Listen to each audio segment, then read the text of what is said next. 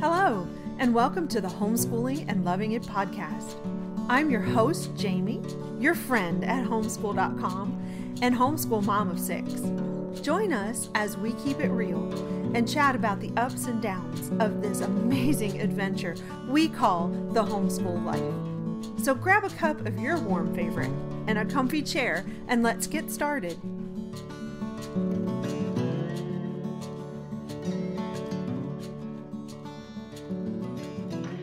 Hello, and welcome back to homeschool.com and the Homeschooling and Loving It podcast. Today we have a special guest with us, and I'd like to introduce our listeners to Kimberly Langen. And in 1994, Kimberly began teaching the first cohort of Spirit of Math students in her very own home. She's been instrumental in putting together everything from the curriculum to teacher training programs. And before Spirit of Math, Kimberly worked as a teacher in public and private schools, and that we can relate to you with all of that because a lot of our staff, our team at homeschool.com were previous educators who are now homeschoolers. She was also the director of academics for the Bethany Hill School, and she has a Bachelor of Arts and an honors Bachelor of Science, both from Queen's University, as well as a Bachelor of Education from the University of Toronto. In 2015, Kim was a finalist for Ernst & Young's Entrepreneur of the Year and Chatelaine Magazine's W100 list of top female entrepreneurs. So we want to welcome Kim today. So we're so glad you could be with us. Thank you. It's great to be here. I love the homeschooling community, and in fact, I also, part of my bio is that I did a hybrid homeschooling with my kids as I was teaching. Yes. Yes. Isn't it wonderful how flexible homeschooling can be? Just, it's so many ways and so many options, and every single homeschool itself is so beautifully unique. I agree. Yes, ma'am. To our topic today, let's go ahead and jump into it because I know we're usually limited on time. I'm sure that many in our audience have found it difficult at times to challenge their high performing or gifted learners. And I know I had in my group of 6 children, I had one of those myself. So I'm looking forward to our chat today. And in our podcast today, Kim's going to help us understand this, and she's going to help us target some practical strategies that we can actually take with us and implement in our homeschool to help our high-performing students stay engaged and motivated. So, Kim, can you start by telling us how you got into this particular niche? Okay, great question. In fact, my father was teaching mathematics in a grade 7, 8, and 9 middle school. And what he found was that he had gone completely away from the regular curriculum. And yet his students were were the top in the country for 13 years in the contests, in the Waterloo contest, without him teaching to a contest. So what he had done is he had created something in which the kids had developed the skill sets that were required, the automaticity and fluency of number facts, and also the problem solving and reasoning that was required to be able to get to that level. My mother, who was also an educator, she was brilliant. She was actually the really brilliant one for the younger kids. She really liked her history and sociology, and she actually was not a math person, but she used the same sort of concepts that my father had in the same program and had the same results. So there's something going on here, and that's when I happened to be teaching high school maths and sciences at this point. My husband was in the military, and I needed a job where I could do something at that point to, so that I was keeping busy. And so then I realized what was happening, and I went and watched these kids that my father had been teaching. And I realized that they were very, very different. They were thinking differently. They weren't, when a question was given to them, they weren't first going to the calculator and trying to just punch that in. They weren't also asking, well, what do I do? They actually would be quiet. They would be putting something down on paper first, and then they would talk to one another, and then they would use a calculator. So they were thinking differently. And the way I would describe it is they weren't just doing math, they were thinking mathematically.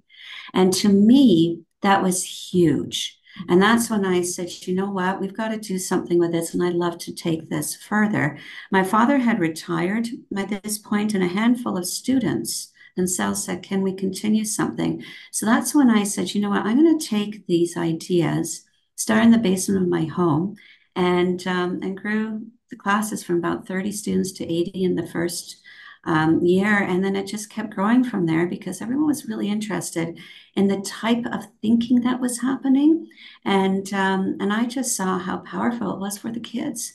So, I mean, there's my passion. It was really to release their genius and by thinking differently, not just doing the math. So that's why I've just been working at this since 1994 and making it as available to as many kids as possible. Wow, that's a lovely story. I really enjoyed that, especially the fact that you were able to continue on in your parents' legacy to somewhat. That's amazing. Yes, isn't that fun? Yeah. It is, absolutely. So, a question that I have just as a homeschool mom, as I was listening to your conversation, um, is this different method that you're discussing, is that typically geared toward the high performing student or the gifted learner, or is this something that could be useful across all types of learners? It's definitely useful across all types of learners. Spirit of Math itself, I decided to focus on the high performing student because they have very different needs, and our content and our material is for those students who are looking for something more. So, but our basic premise, if I go back for a second, then I can explain why there's a difference for the high performing. The basic premise in all our mathematics teaching and in our courses and our programming is that there has to be four different elements in a good mathematical program. And the first element would be some type of drill to build an automaticity and fluency of number facts. It's just like if you were to read the letters T, H, and E together, you know automatically that's the word the. That's the automaticity in reading. All right. And then once you have the automaticity in reading, you can go to the ideas in the reading that you're reading, like in the work that you're reading. Okay. In mathematics, if you don't have that automaticity, that 4 times 3 is 12, and you're not, without even thinking about it, it's really hard to enter into the mathematics and to do the mathematical thinking. Otherwise, kids will just do math to do math. So we have our unique drills, which actually develop the kids' automaticity and with number facts. And I really encourage you all to do something as soon as you can to make sure that automaticity is there. They know when to use a calculator. This is not to replace a calculator. It's just that they will know when, and it allows them to free up to do the mathematics. Our second element, so that's our first element. Our second element is the core content. And the core content is what most people will call just the topics of mathematics. And the core content for us, we do a spiral for the younger grades up to grade 4, and that allows you to come back, revisit the same content, and incrementally build it up. So the kids aren't feeling like, whoa, this is a lot. And you take shorter times to cover the material. From grade 5 and up, what we find is that we can actually go really deep and broad with the kids, and we build on the foundation. And I call that sort of a foundational developmental process to go forward. And because we're working with high performing students, we're able to go really deep, and then we expect them to sort of use that for the next unit. So we've got the drills, we've got the core. The second thing that should be happening in all classes, I believe in all mathematics classes, is problem solving. And don't do a problem just to do a problem. Have a reason to do it. And that reason should be that you're building their logic from a young age. So you can start with something very simple, and then you add it on every year going up. And when you add it on going up the years, then you've you can develop different types of skill sets. So it's not just only the mathematics, but it's the way to think through, how to reason through a question, how to stick to it, how to have that grit, that persistence, that discipline. So you pick the programs and the questions so that you can develop that year after year. Okay. And the fourth component, the last component that should be in every mathematics class is collaborative group work of some type, even if it's a parent working with a child. And the reason for the collaborative group work really is to have that thinking process elevated to a whole new level. It's also to bring in new ideas. So often with parents, what I'll say to them is, go through as if you're another student. Ask the questions out loud. Say your thinking and your reasoning out loud so they can hear that reasoning and thinking.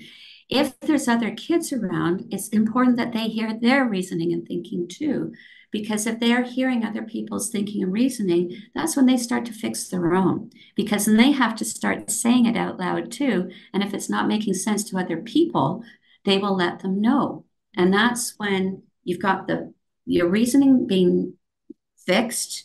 You go to a different level of reasoning and logic, and you also therefore will stretch yourself, but you also learn a huge amount more rather than just waiting to be told what to do. So that whole ownership, and I know for homeschoolers, ownership of your material is huge. It's a huge component, and most homeschoolers are really concerned about that. So we feel that's important. Those four elements. It's not just about doing some math in a textbook. Right. Okay. Absolutely. I loved how you broke that into those four steps. And, I understood that those different components needed to be involved in math, but I never thought of them sequentially as you laid them out. Yes. That was very helpful. I have another question for you. So, as we're talking through this, and I know that you had mentioned that you did target the high performing learner or the gifted learner. Can you elaborate? I know you mentioned that they think differently. Can you elaborate on that just a little bit and how you view how they think? Yeah, for sure. First thing is there is a difference between high performing and gifted. And I'm just going to differentiate that very quickly so that you understand what I'm talking about. The way that I think of giftedness is that came from the education field when they found that there's all these kids who needed more than what the curriculum was offering. So they came up with this term giftedness, and it started by just an IQ test, basically. So then in order to be into a gifted program, you had to qualify by being in the top 2 or 4 or 5%, depending on what the school division was asking for. So a high performer, on the other hand, is a highly motivated student. Some high performers are gifted, some are not. Okay. But what's really important is a highly motivated, in other words, a high performing student can outperform a gifted, non-motivated student. Okay. And the other ideas that's come out more recently is that IQ isn't fixed. It actually changes. It can go up or it can go down. So to put that label on just because of IQ, people have realized, there's more to this. And so this is why we say we're for high performing students, not just gifted. And in fact, many of our non-classified gifted kids outperform those gifted kids. We've seen it over and over again. So with that in mind, now to go back to that, sorry, Right. what are some of the things that we do? First of all, the thinking skills for these kids. Oftentimes they're looking for something much more deeper. So if we go back and we look at the basic logic for reasoning when you start, the most basic logic is I've got one thing or I have something else, and they're disjoint. And a student will then just work on something and they won't see the connection to something else. And oftentimes textbooks will only give a question that is very simple. You've got this, and then go into the next question. You've got this, and there's no relationship between the two. So the kids aren't seeing that relationship. These are textbooks that had a lot of the same types of questions over and over and over again. That basic type of question is fine for kids who need to have that consolidation over and over again. It is frustrating for kids who are requiring more. The second level of logic is if I've got this and I've got this, or if this, then this. So it's a two-step. And the third level is a series, which is going, if I've got this, then this, then this. So it is like at least 3 steps. And high performing, gifted kids who are looking for more and want the richness of questions are looking for at least those 3 steps. And they're looking, well, if I've got this, then I want this, and then I got this. So they're looking for higher quality types of questions because they are literally thinking differently than other people. So there's something inside them saying, I need more. And that's why you need to have them with other kids who are thinking like them, who want more, who will challenge their thinking, and who want to go deeper with the ideas. Whereas some of the other ones, they don't care how deep you go. They just want to know how to do something. All right. Yes, I understand that. So, with that in mind, and the fact that a lot of homeschool families maybe just have 1 or 2 children. So, is there a way that the parent can provide that, as you just mentioned, like that companionship thinking that they work off of each other and challenge each other in those 3 steps or more type of logic? Is there a way that the parent can use certain strategies to help their children in that way? Well, I think the first thing is get quality questions so that you can have that conversation. If you don't have the quality questions, you're going to have a really hard time having those conversations because there isn't really much to talk about. Okay. So, but many people don't really think about that because they're trying to come up with things. And kids, very bright kids too, see behind that and they kind of go, well, why are you even asking me these things? Really? Is that important? Okay. So quality questions, a lot of contests have some really nice quality questions. You can download a lot free now, and they will bring in and look at the solutions. So as a parent, look at the solutions first. Don't share that with the kids necessarily to begin with, and get them to sort it out with you. The other thing is to remember is that high performing kids and bright kids still need that opportunity to be challenged, and they must reason through things. Often they don't have that opportunity because things are so easy. So give them something that has several steps in it, not just a quick final answer. The reason why they need to reason through things too is this is how they build their confidence. They need to learn how to fail as well, by the way. Okay, it's okay to fail. They have to learn how to pick themselves up. And often these kids haven't had that opportunity. And so they have a really hard time. This is what we find when they come to Spirit of Math. They're kind of like, what do? I don't know how to do this, or I didn't get it right away. And it's like, that's okay. And then they start realizing it is okay and I'm okay. And so I'm now ready to take risk. And when they're ready to take risk, now you have deeper conversations.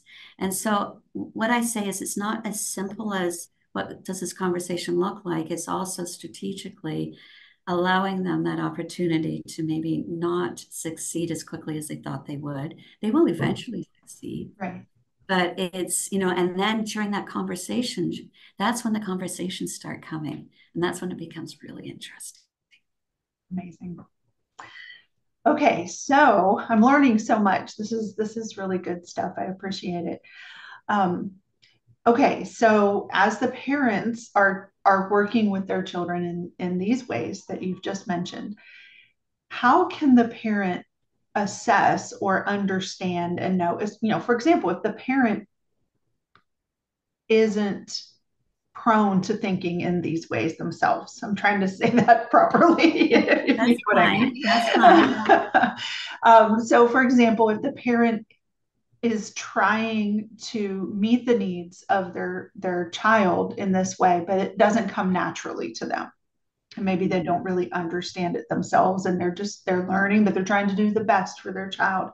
How can they assess or understand if their child is making progress and if they are meeting their needs as they should? I think it's the kind of questions that the kids are asking the parents will give you an indicator. That's a Okay. huge one.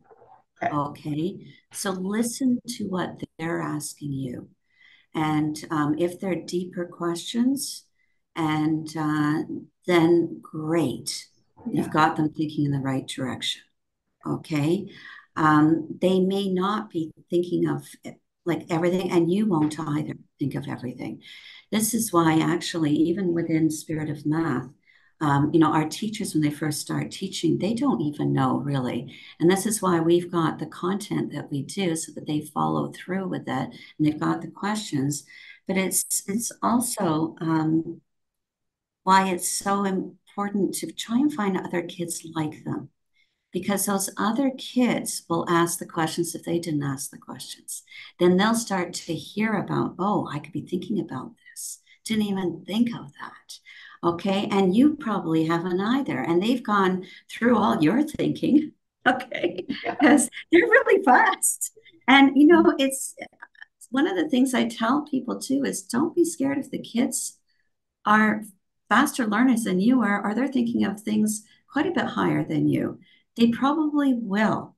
And you've got to be able to take a step back and go, great, but find other kids who are like them, please, if you can. That's the biggest thing I can suggest, because it is hard for a parent to figure this out, even for teachers. They don't necessarily know how these kids will think and how to challenge them. It is tough. And many people will say, well, they're the easiest kids to teach. Actually, no.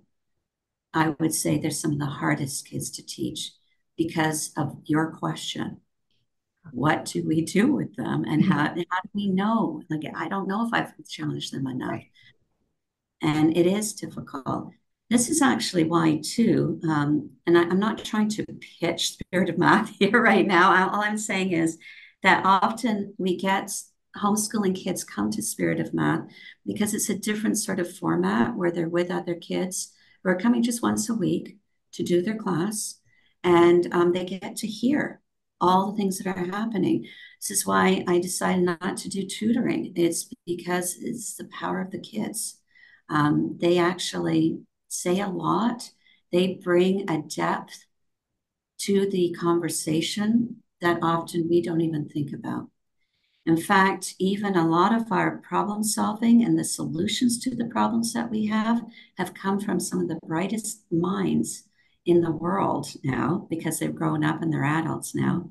And we've taken their thinking and written those as the solutions for our younger kids. When I say younger, grade 8 and below, and they use the thinking without algebra, and they're able to solve math problems using math logic and mathematical thinking that we wouldn't have even thought about as adults.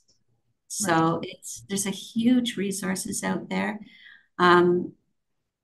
Just to have the kids read through solutions to math problems. How did they come up with that? That's interesting. Why would they have done that way? And those are simple questions you can ask for the kids. Why would they have solved it this way? Is there another way to solve it? Okay. I love that. It actually, I know we need to wrap up here in a minute, but it actually reminded me of a class that I took in college, and I had a Korean professor, and I was solving it was a college calculus class. I was solving a problem, and I did it in an alternative method from what he had taught. And he actually marked it wrong. Had the right answer, and I had just a different process. So I'm not saying that I'm gifted or even high performing, but I know in that one situation, everything that you were just talking about just really resonated with me, because that's that's been 25, 30 years ago, but it still rankles, that Yeah, day. for And that, sure. in truth, that's probably how these children are feeling, that, wait, you're just not understanding that I came to this problem in a different way, but it wasn't wrong. It was just different. So that I really appreciated what you said about that. Okay, so I want to know a little bit more about how homeschoolers can get involved with with your Spirit of Math program and how that can help. How does it work? How do our homeschool children fit into it? How can we get involved? And just tell Sure. us more about it. Okay. So basically, the first thing I want to say is that most kids, when they're very young, are high performing and they're really motivated and they can be high performing. And so we find that if we can start with kids who are young, you can do a huge amount with them. So don't just like classify, and we want to make sure that we're not just putting kids into boxes. Right. Okay. And that may be a little hard for some people to understand, but I think the reason why people do homeschooling is because they haven't boxed their kids in to a box. So what happens is that we have classes once a week which kids attend, and it's the same class for a whole school year. So it's 39 weeks of classes that the kids attend, and it's an hour and a half class up to grade 8, and it's a 2-hour class after that. They attend with the same kids so that they are developing the relationships with the same kids. They're able to take more risk and so on.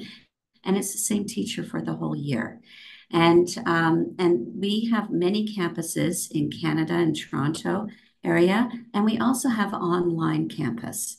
And so many homeschoolers who are not in the area where we have our in-person classes, they attend online. And so they basically, if their class is on Tuesday nights at 4:30 and Tuesday at 4:30, they click into the online class and they attend with all their students and the teacher who's there. During the week, if they have any questions, the teacher is available to help them. And there's also Brightspace. We use Brightspace as an online medium too, so that the kids can submit their work there and also see videos. If they didn't understand something during class time, they can go and watch those videos. So it gives an opportunity for like homeschoolers at least to join a class that is a unique class just focused on this one topic. And they are going to go deeper in the mathematics, be able to be exposed to ideas that they wouldn't necessarily have seen, or even parents know how to provide that. It's a unique opportunity too, because most of the kids are really keen about math and the parents are keen about math. So it's a really positive experience. The other ways to get involved too is that we do have some books which you can purchase. So we've got our drill book system, and we also have our math problem of the day books, which are called our MPOD books. And that helps take you through the different types of logic from a young age, grade 1, all the way up to, I think I did it up to grade 8. No, grade 6 is what I went up to. And also, we're in the midst of finishing off developing a drill app. And those are all the ways that you can be part of us. And just look us up at spiritofmath.com and you'll see all the different things too. And thank you so much. I hope everyone got at least 1 or 2 ideas. Yes, I think so. I think so. I know I did. And I want to encourage our listeners to please visit Spirit of Math, as she mentioned, the website, and we'll have all this information and the notes that I've taken following the podcast on our website. Special thanks to our community for joining us today. And here's to homeschooling and loving it.